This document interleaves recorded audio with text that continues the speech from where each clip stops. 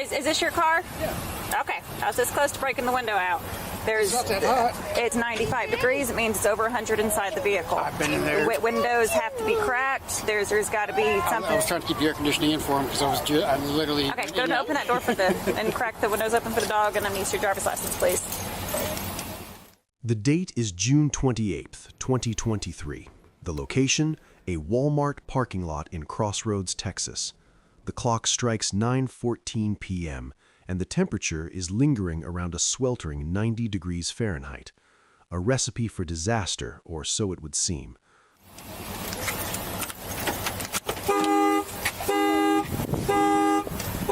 $428, I'm out with the vehicle owner. Hi. Okay. Hi. You can feel it's not. It's 95 degrees. But inside, I was keeping the AC in. Trust me, I love my dog. The car isn't running. I take him with me everywhere. Okay, I just need to see the driver's license. I don't have one with me. Do I have any ID with you? No. Do you know your driver's license number? What did I do wrong? This is a criminal offense, okay? What is a criminal offense? For animal neglect and abuse, yes. No, I do not abuse and neglect my animal. Okay. I need a supervisor. Okay. No. Driver's license? I need a supervisor, please. What is your driver's license? Please, I need a supervisor. I don't have one on duty right now. Officer Haley Hullbert responds to a call for service regarding a canine left inside a vehicle. When Officer Hullbert arrives 10 minutes later, she finds the vehicle with windows rolled up. But here is where the narrative begins to fracture. While the historical weather data suggests an oven-like environment, the victim, in this case, the dog, appears entirely unbothered, showing zero signs of heat exhaustion or distress.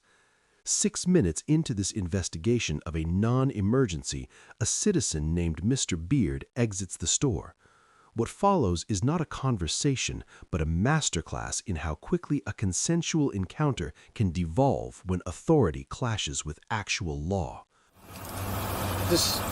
Look, I respect officers. I have family that are officers, but I also respect the Constitution. Go and crack your windows and then close your door.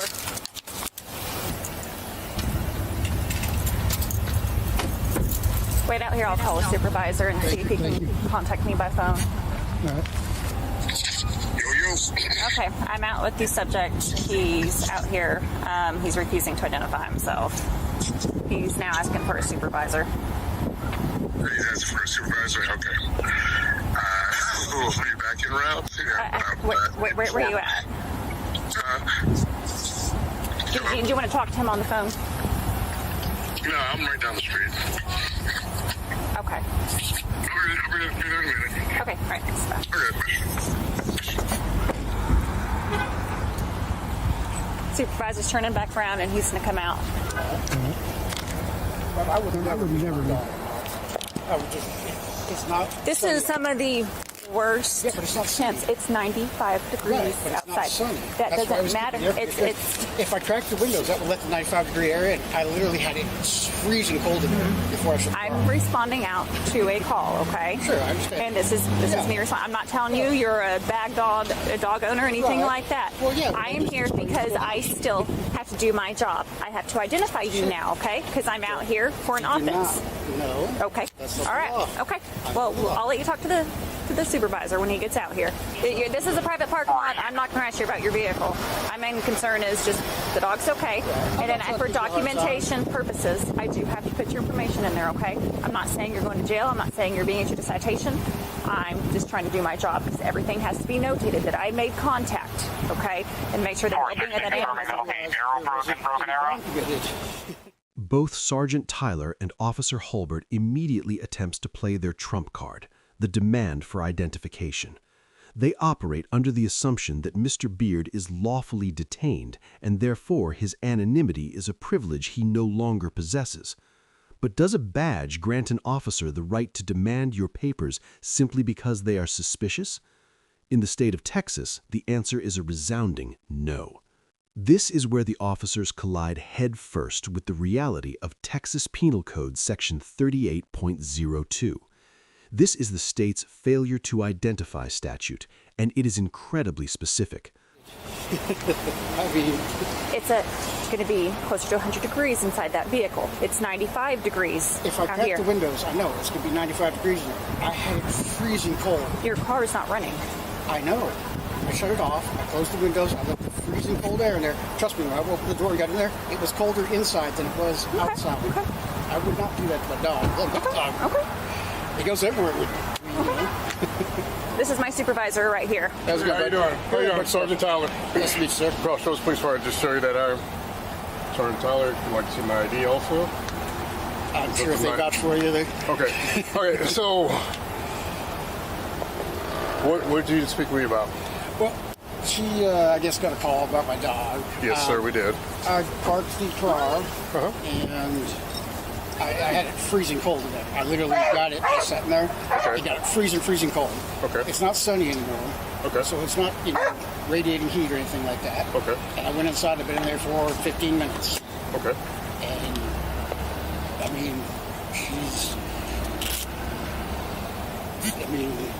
what did I do wrong? Okay. So when we get a call for service, Uh-huh. okay, and especially when we do contact somebody, we do need to identify the That's person. of the law. Hang on, I'm not done. Let me finish speaking, okay? Sure. Now, we don't know you had your car at sub-0 degrees earlier today. Sure. We had no idea. Right. But somebody did call and say, hey, there's an animal left in the vehicle. It is hot outside.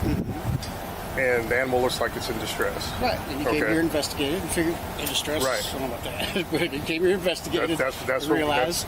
That's what's relayed to That's us. what, Yes. that's what relates to us. Right. However, Anybody can say anything. You Sure, came here. sure. I mean, the So dog was now- everywhere with me. I love that dog. I'm not going to... totally understand. We Leave love the car. dogs. I got a dog too. I love my dog as well. So when an officer does contact someone, they're required, especially when we believe that there could be a criminal offense, to identify. 82.03, I think it is. You could ask for my identification. I don't have to get it unless I've been lawfully arrested. That's the only No, time sir, I'm that's required. not true. Look it up. Look it up. That's all I'm asking. Unlike stop and identify states where detention triggers an obligation to ID, Texas remains a bastion of individual liberty. Here, a citizen is under no legal obligation to identify themselves unless they have been lawfully arrested. Let's break that down. Not stopped, not detained, not suspicious, arrested. At this specific moment, Mr. Beard is merely detained under suspicion. He is in a legal gray area known as a Terry stop, but he is not in handcuffs for a confirmed crime. Therefore, his refusal to provide ID is not obstruction. It is the exercise of a statutory right. Understanding of the code. Look it up. Okay, Look up you're being 82. lawfully detained because there is an animal in the vehicle. We got a call for service. The windows are down, huh? The windows are down now. I instructed you to put them down. Yeah. Okay. No promise committed. Yes, sir. Potentially. Okay. Come on, man. I saw you try not to laugh. Here's the deal. As soon as we're done, as soon as you give your ID and we're done, we're gone. I don't like the fact that we have to show our papers. I don't. Look, I have a lot of family that are in your this- business, okay? I this respect is- you guys. Are I you also able respect the to Constitution. view your name I put in my call sheet? But you are lawfully detained. And I do not have to show. I Yes, cannot sir, give you you. do. I can. Please just look it When up. you were- I swear to God. Failed ID. Please just look it up. I know. Look it up. I'm telling you. You're gonna make a big mistake. No, I'm not. I know this very well. I know this. So do I. How long have you been doing law enforcement? Just look it up. Would it kill you to look it up? You have a phone right there. I'm Feel free to recording look it up. because So are we. We're all What do you- recording. yeah, those disappeared. You guys don't have a phone you can look it up? Those get edited. What you did? Those get edited. So that's what I'm saying. Your phones? You're saying these get disappeared. Those get edited. Sure. Okay. Sure. What's your name, sir? Garth. I'm sorry. Garth. Garth. Yeah. Okay. That's Garth, what's your all. last name? I don't have to give it to you. Okay. I don't call people by their first names because it's a respect name.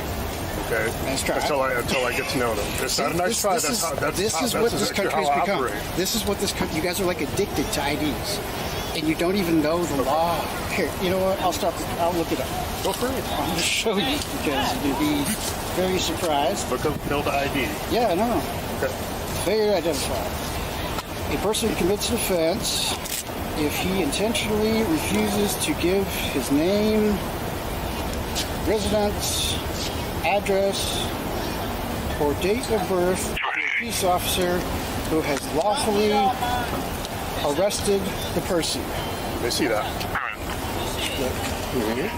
The police officer who has lawfully arrested the person.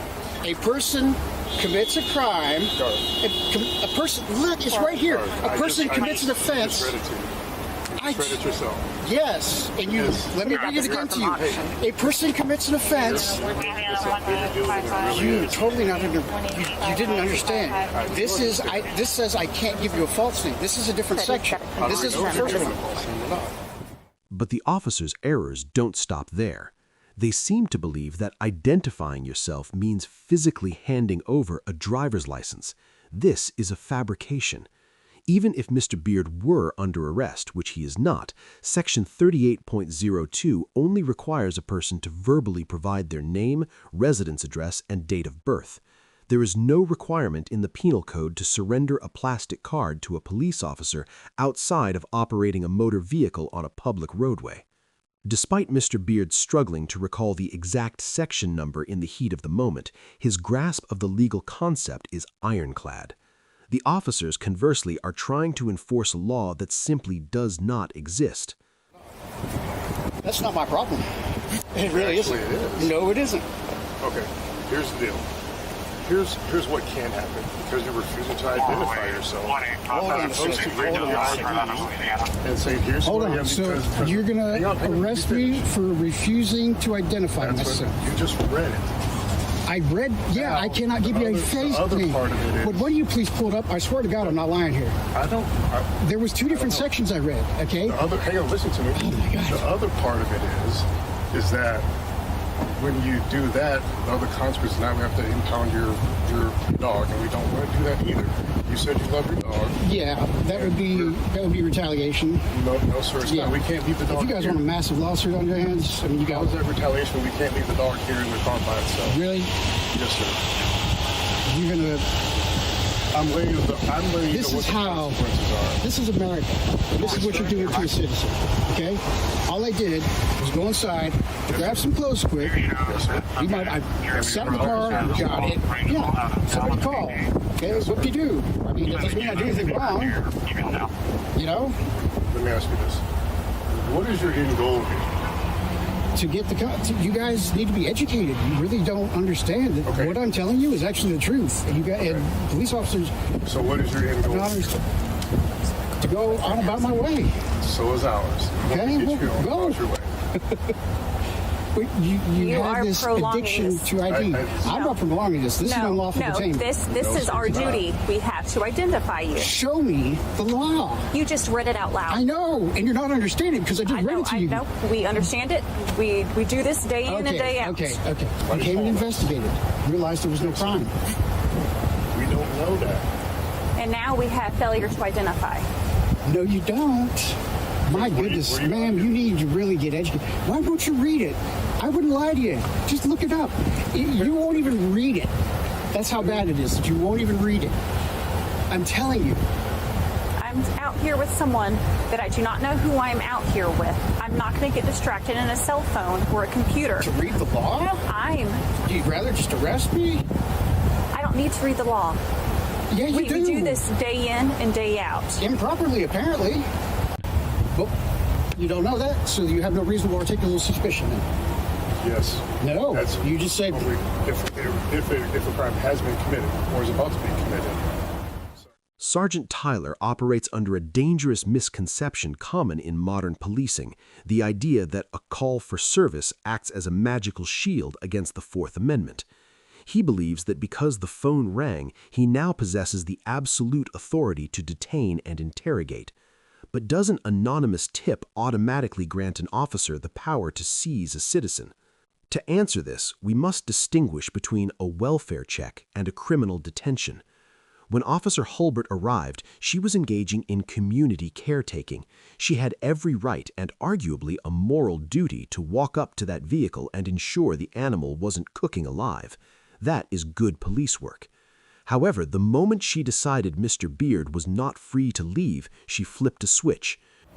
So, Has been, is about to be, or is currently, yeah. Have I committed a crime? well, currently failed ID.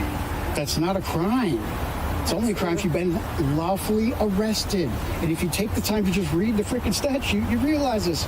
Brother, I'm not lying to you, man. Just read it. I just read it to you. Yes, you read it yourself. Yes. I'm shocked that 3 officers really don't know this. That out of the 3 of you, a supervisor of all things. Usually the supervisor is the one that knows. And I'm speaking to you, and I do know it. And again, we read it. I was sitting right next to you while we read it together. Okay? Yeah. And I just told you what it said. Where does it say that I have to show my ID? Here's the deal.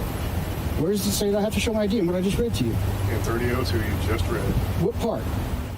She moved from a public servant checking on a dog to a law enforcement officer conducting a criminal investigation. And to flip that switch lawfully, she needed fuel. In legal terms, that fuel is called reasonable suspicion. But here is where the officer's case falls apart. Failed ID when someone is lawfully detained. No, I cannot give you a false name when I'm lawfully detained. The crime of animal cruelty has possibly, is it currently, or had been committed. Okay? Now, well, investigate. Hang on. Investigate. Prove it. That's the part. You just said you don't know how long I've been in the store. If you knew how long I've been in the store. So the part of the investigation is then we contact Walmart and say, hey, Okay, investigate. here's what we need to do. That's fine. We You got my need to VIN number. We need to figure out who this person is and how long you've been in the store. How long the animal. I've explained this thoroughly enough and physically read the statute to you. You guys are losing your qualified immunity, okay? Seriously. Are you a sergeant? Yes, sir. And you don't know this? Absolutely. I guess you're This is saying I don't know. bewildering. I mean, this is just, I am I'm sorry. beside you're myself. But if you just read it with. Call your lieutenant. You don't have a lieutenant. Captain. No, sir. How are you gonna, what you're I trying to do need the is- identification. And right now, the dog is having to sit in the car even further. Yeah, Because 'cause you really don't will care about the not- animal, do you? You will not identify You really yourself. don't care about the animal, do I am you? here to do my job. You're here to get my ID. That's all you want. I need your identification to complete It's this like process. crack, you guys. It's required. No, it isn't. Would you freaking read 3802? Would you read it?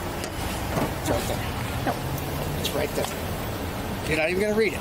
No, I am not. Do you realize I'm gonna how bad stand this- here with Do you you. realize how bad this is gonna look in court?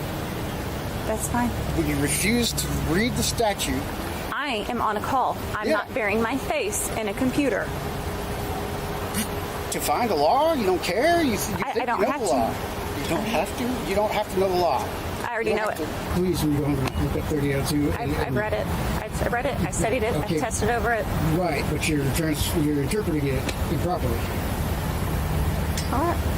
And you guys really, I implore you to educate yourselves about this. Stand right there. Sure. So we can't do that. But is it prudent to do that? In Texas, the courts have built a firewall against this exact type of overreach. In the landmark case of Juan Luis Garcia versus the state of Texas, 1999, the 14th Court of Appeals was crystal clear. An anonymous tip is just a rumor until a police officer verifies it. It rarely establishes the level of suspicion needed to detain a citizen unless the officer corroborates the criminal aspects of the allegation. This aligns perfectly with the Supreme Court standard in Alabama versus White, 1990. You cannot detain a man based solely on the fears of a stranger. So, what crime were they investigating? They were looking for a violation of Texas Penal Code Section 42.092, cruelty to non-livestock animals. To make this charge stick, the statute requires evidence of unjustified or unwarranted pain or suffering. And this brings us to the fatal flaw in Officer Hullbert's investigation. What did she actually see? She saw a dog. Was it panting frantically? No. Was it lethargic or unresponsive? No. By her own body cam footage, the animal was not in distress. Instead of performing actual detective work, like going into the store to locate the owner or establishing a timeline of exposure, she chose to set a trap. She waited by the car, not to save a dog, but to ambush a driver. And when Mr. Beard arrived, she didn't lead with questions about the animal's welfare, she led with a demand for ID. This suggests that her priority was never the safety of the dog, it was the subjugation of the owner. Without the essential element of suffering, the reasonable suspicion required to detain Mr. Beard simply did not exist. Ultimately, the officers realized they were holding a losing hand and allowed Mr. Beard to leave. So here's Uplift, and even though we know that's what he's doing. What if that trooper would have done that in a human day? But whatever. I agree. I agree. However, this is where we're at. So here's the deal. Although the plate does come back to 4012 Waterfront Drive. I'm not trying to give you guys a hard time. I'm trying to answer yes, you are. No, I'm not. You Hang give on, me a hard let me time. finish. Let me finish. Sure. Yes, you are trying to give us a hard time. I'm not trying to. I'm really not. Secondly, I'm just trying to get my Just be quiet. hang on, let me finish. Sure. Secondly, the animal cruelty will still continue to be investigated. I wish I could have had you put your hand in the car when I opened the door. It was literally cooler inside than it was outside. Okay. Yeah, you guys have to investigate. We don't know but, that. Yeah, but you can't automatically assume the worst. We're of it not. either, That's you know? why it's called an investigation. Right. We didn't assume the worst. Right. That's why we call it investigation. The officers come out, they investigate, they contact people, they say, hey, is this your car? Yeah, this is my car. Is this your animal? Yes, it's my animal. Can I have your ID, please? Because you're lawfully detained because there is a complaint and possible criminal offense of animal cruelty. Yeah, that's the Okay. thing. I'm sure. And So- you investigate, but you don't have to get my ID to investigate. Yes. Look, I'll tell you, we have an epidemic in this country of constitutional rights getting violated all the time through this. And Okay, I'm officer here. I know you guys Officer- don't think I could possibly be right. And you guys Officer know the Hullbert law. didn't do that tonight. But just look at no. Officer I know. Josie did it, and I didn't do that tonight either. Well, I mean, technically, this detainment has lasted a little longer than it's supposed to, but That's I'm not. That's worried due to about it. you. That's So you are free to go. go home, take care of your dog. Please look up the law tonight. But for Mr. Beard, driving away was not the end. It was the beginning of the accountability phase. He filed a formal complaint expecting integrity. Instead, he received a masterclass in bureaucratic gaslighting from Police Chief Sean Short. In an official response, the chief admitted his officers were legally wrong about Section 38.02. Yet in the same breath, he had the audacity to blame the victim, claiming the detention was prolonged because Mr. Beard refused to cooperate. Let's translate that into plain English. The chief argued that the officers were distracted from doing their job because a citizen insisted on his rights. This is a dangerous, inherently unconstitutional mindset. It suggests that your civil liberties are valid as long as they are convenient for the government. The moment your rights become annoying to a badge, they are treated as obstruction. But Mr. Beard knew the value of his rights. He sent a demand letter asking for $75,000. The city of Crossroads rejected it, a decision that likely cost taxpayers dearly. On March 5, 2025, Mr. Beard filed a federal lawsuit. By July, the case against the city was dismissed following an undisclosed resolution. In the legal world, silence usually has a price tag. It is highly probable the city wrote a check to make this problem go away.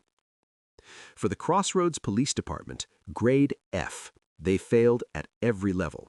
They treated a call for service as a conviction. They demanded an ID they were not entitled to. And when faced with the actual law, they chose arrogance over education. They didn't investigate a crime, they investigated a man's patience. For Mr. Beard, grade A+. He displayed the ultimate weapon against tyranny, composure. He didn't scream, he didn't curse, and he didn't physically resist. He simply knew the law better than the enforcers. By remaining calm, he denied them the contempt of cop arrest they were desperate for. He proved that the most effective way to fight a badge is not on the side of the road, but in a court of law. This case serves as a stark reminder: the Constitution is not a suggestion. And as the city of Crossroads learned, ignorance of the law is not a defense, especially for those sworn to uphold it.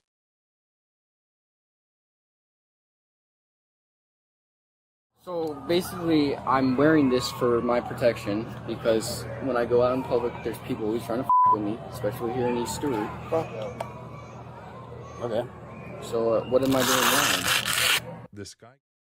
It's misunderstanding. You guys just go through my phone and look at who I'm meeting here. My daughter. Hold on. Can you move them to Alamanda? Guys don't need to cut through if fire rescue needs to get to the ER. I'll try. So one magazine. And sure one, so if you can notify fire rescue, we'll try to make it to Alamanda and Scotia. One in the chamber. One, we're gonna try and walk to Alamanda. About 14 years old. What is wrong? We don't know yet. You have your wallet on you? You have ID? Imagine this scenario. A man attends a Christmas parade in Florida, only to end up in handcuffs. His crime? Wearing a defensive vest beneath his shirt to protect his own life. The core issue here isn't just an arrest, it's a legal impossibility. Hey, Jake. You got a glove on you? Let me know. And so we can start the parade.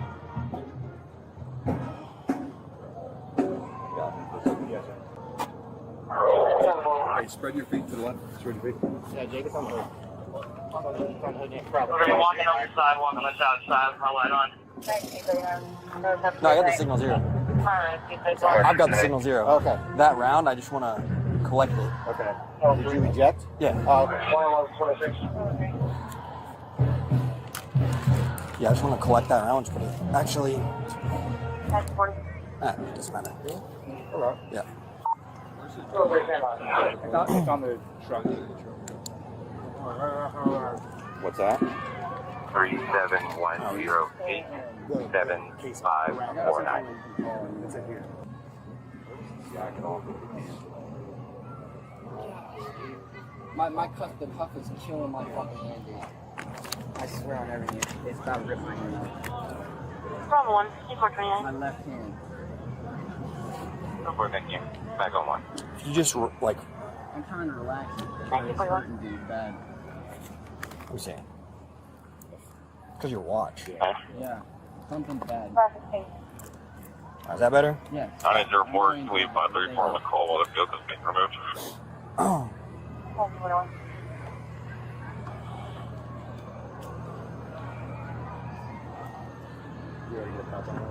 Yeah, I didn't check the left side of his vest that he's got on. There's nothing. We witnessed the media outlets taking a victory lap, fueled by the cheers of uninformed bystanders. But tonight, we look closer. Through the lens of the Freedom of Information Act, the raw footage has finally been liberated, and the reality is far more disturbing than the headlines suggested.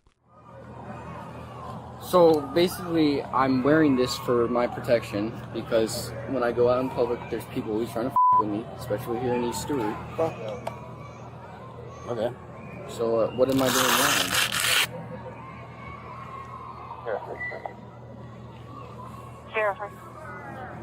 Hello?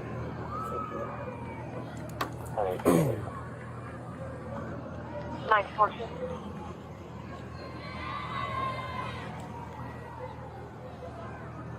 $16.5, course 28, Kilo Golf Bravo, Hotel 43, Silver Tacoma. Literally meeting my whole family right in front of school.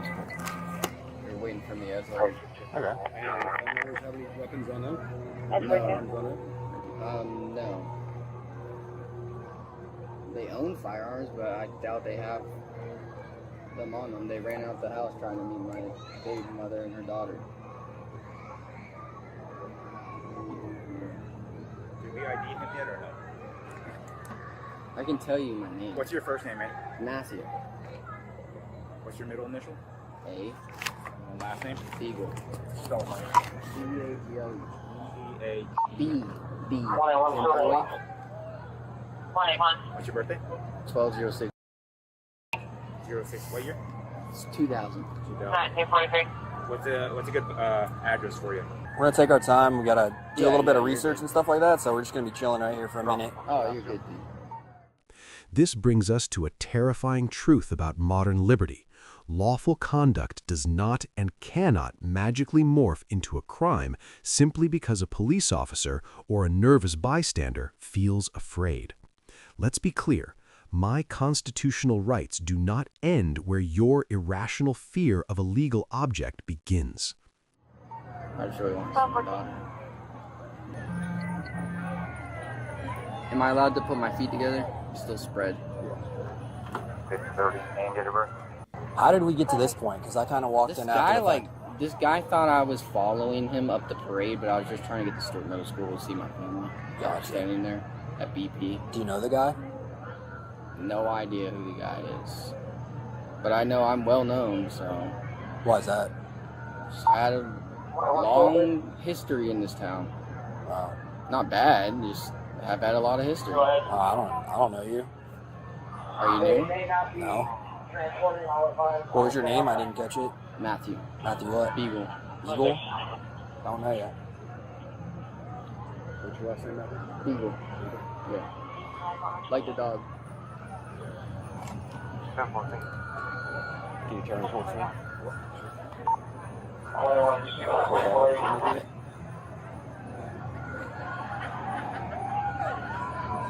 Come on. Hey, Matt. I got it. Yeah? Are you like under the influence of anything? Your eyes are like really bloodshot. I'm tired. You're tired? Oh. And I just got out of the shower. Okay. You understand like community events and stuff where we're on like heightened alert for like active shooters I and stuff like understand that? why this is happening right now, yes. Okay. And you guys are on point.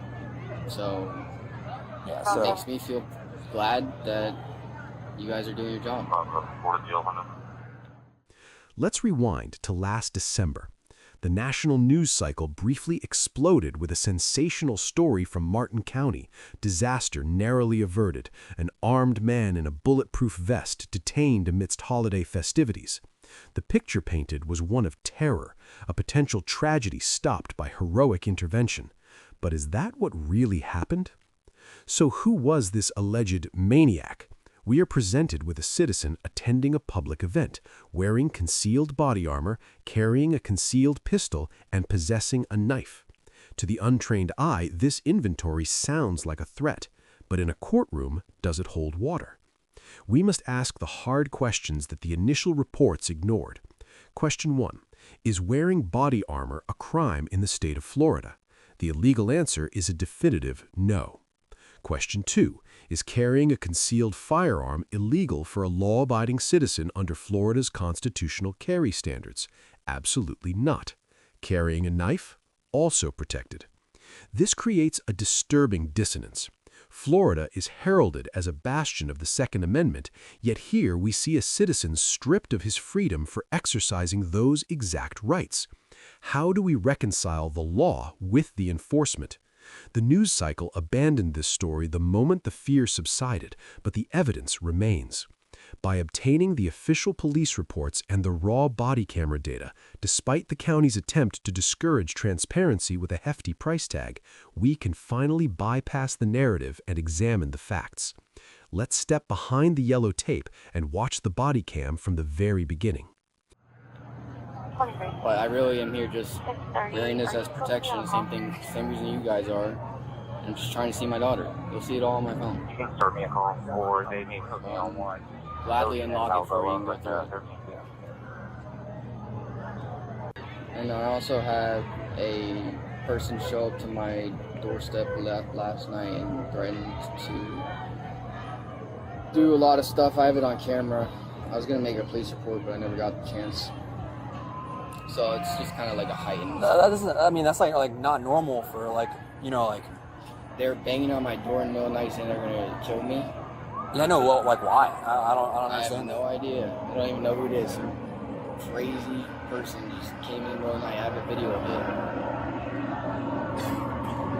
I'm telling you, I got a lot of history. So you think someone's like following you or something? Obviously, like research that, but I honestly don't know you. And what's like a detective's name?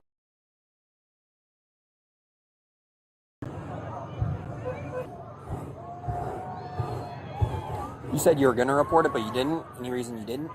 Because it was 3 a.m. and I was tired. Well, like law enforcement works 24/7. No, but I want to go back to sleep. I have work. Where you work at? You don't gotta take.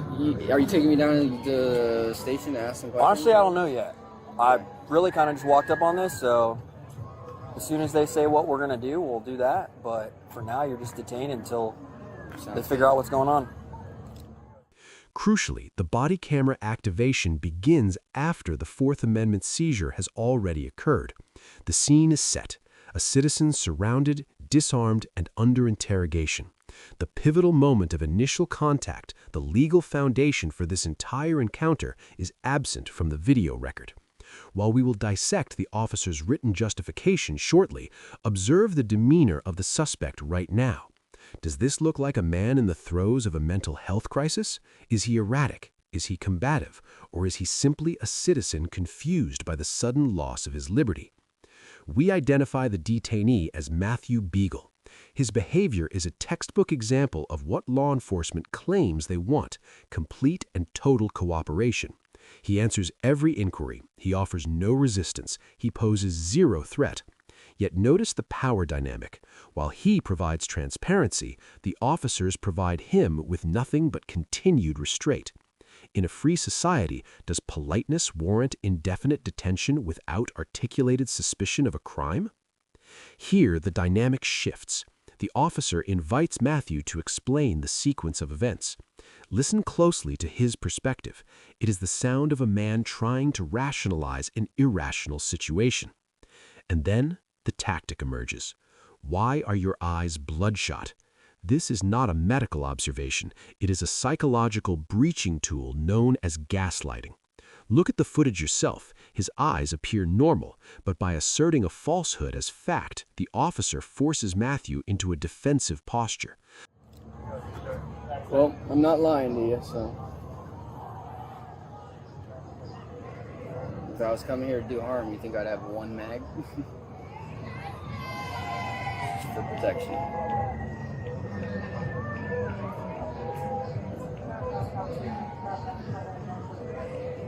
It's just concerning, It is. to have. I run into people that know me that want to kill me, dude. I don't know what to tell you. How did anyone know that you had this on you at all? They didn't. I told him when he walked up to me. He saw that I was following alongside.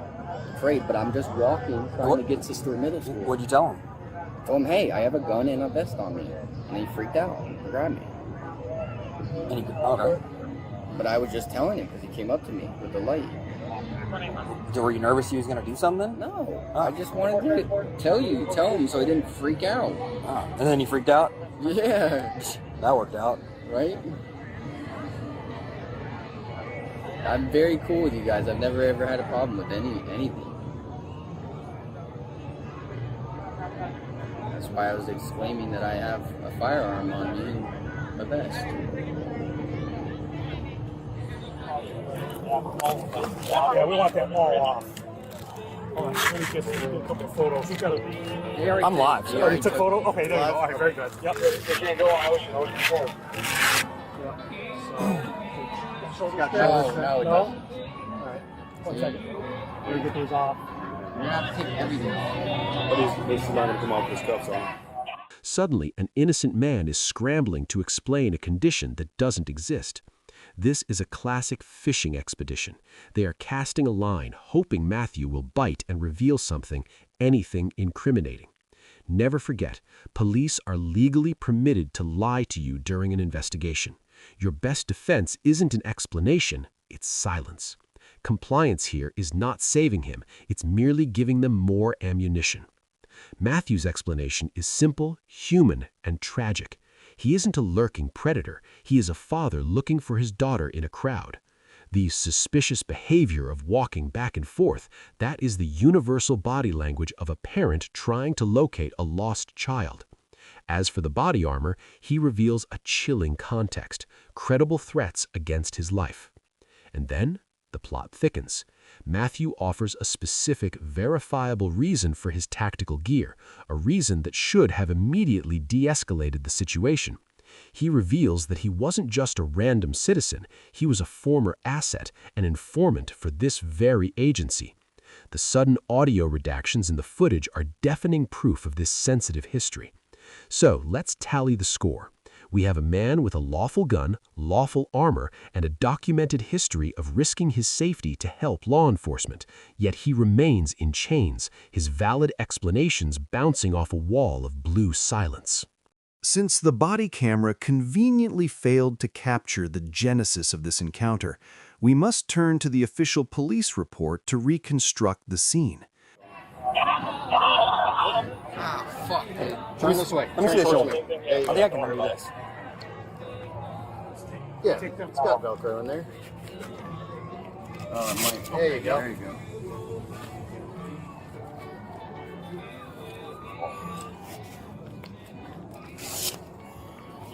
All right, it's gonna come down. Turn. Where's this?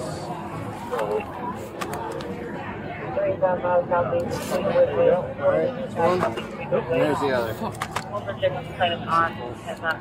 Wow. Here. I'll throw it on the truck. I've also got the 0, so.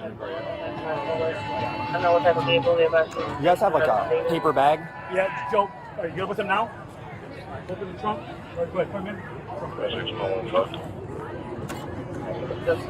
Nah, it's fine.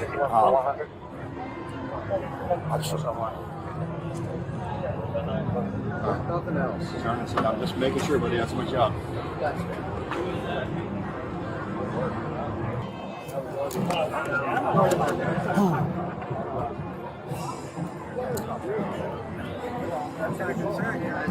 You're all good. Everybody say that. Yes. Thank you. All right, give us a couple minutes, okay? Sounds good.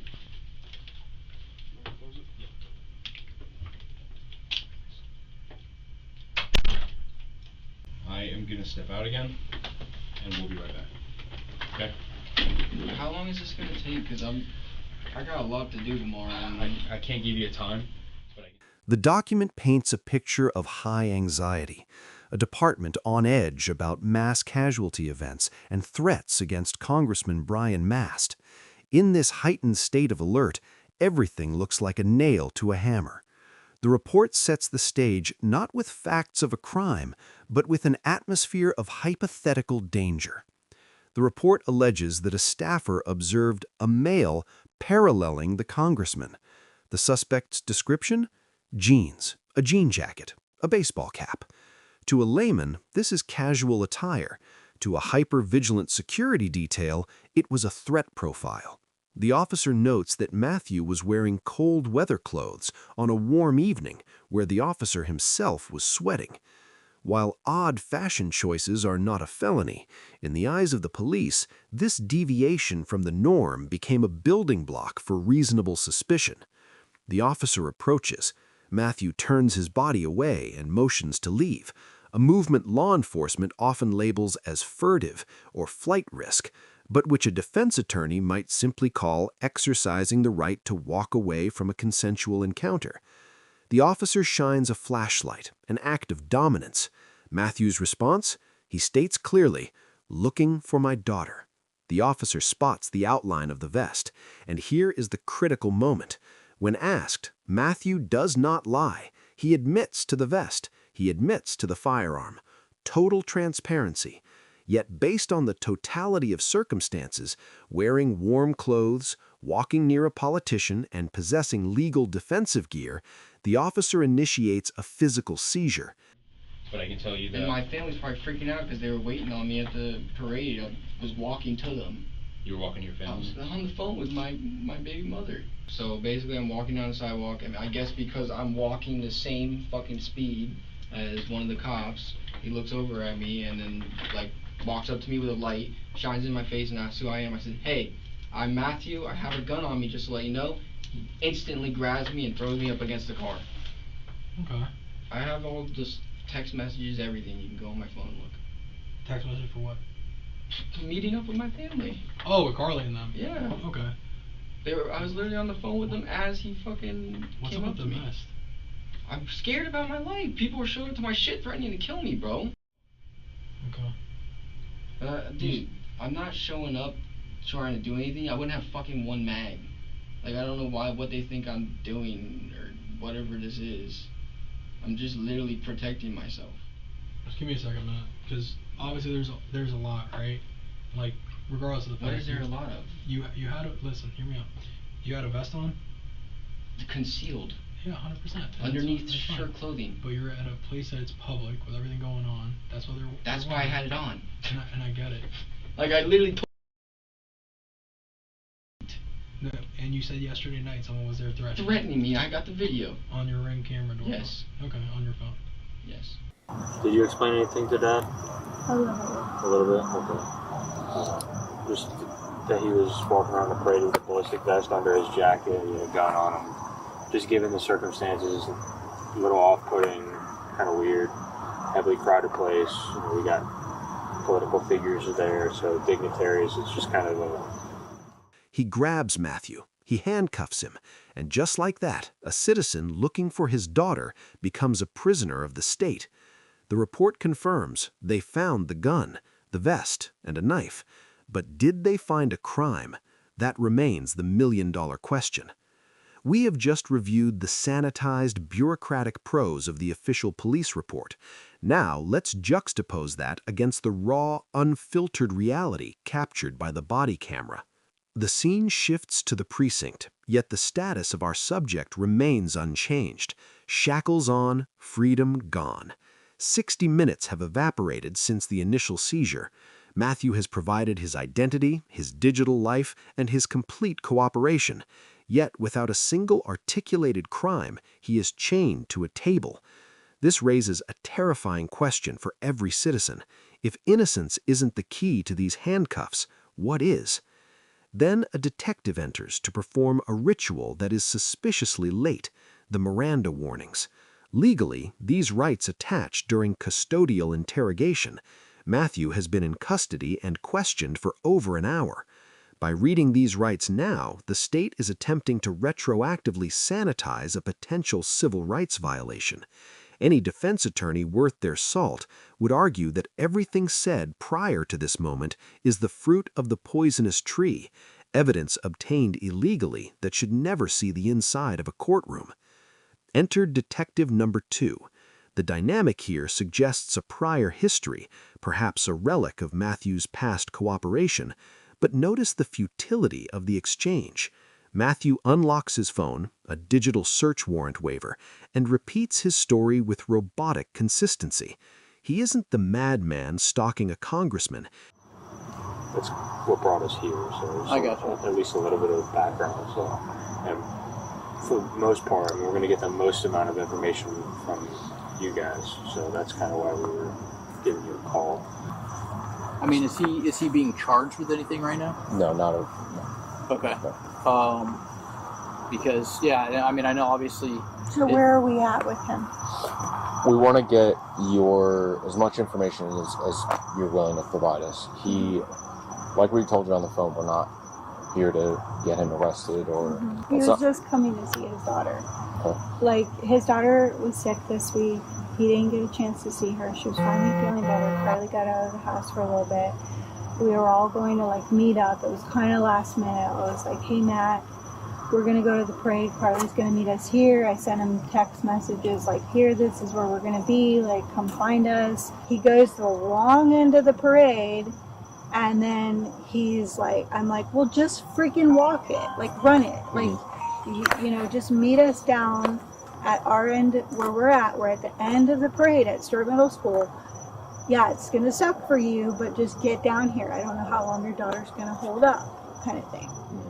Yeah, as soon as units made contact with him, he said that he was armed. he did the right thing in that sense. So Yeah. we're just trying to kind of. He is a local resident lost in the bureaucracy. They have the witnesses, they have the data, they have zero evidence of malice. Yet the interrogation loops, searching for a crime that simply does not exist. The detective exits, leaving Matthew in a vacuum of information. But thanks to the transparency of the Freedom of Information Act, we know exactly where the focus shifted. The dragnet had expanded beyond the interrogation room to the precinct parking lot, where law enforcement located the ultimate character witnesses, Matthew's parents. Listen closely to the officer's pitch. We aren't trying to arrest him, we just want to help. In the lexicon of law enforcement, this is often a tactical deception designed to lower defenses and solicit incriminating statements. Fortunately, the parents aren't buying it. They stand as the only rational barrier between their son and a system desperate to justify a mistake. The mother's defense is clear, articulate, and dismantling the dangerous suspect narrative brick by brick. Catch up on the back end He now likes and to learn. carry it. And so do I. I do every day, even when I'm not working.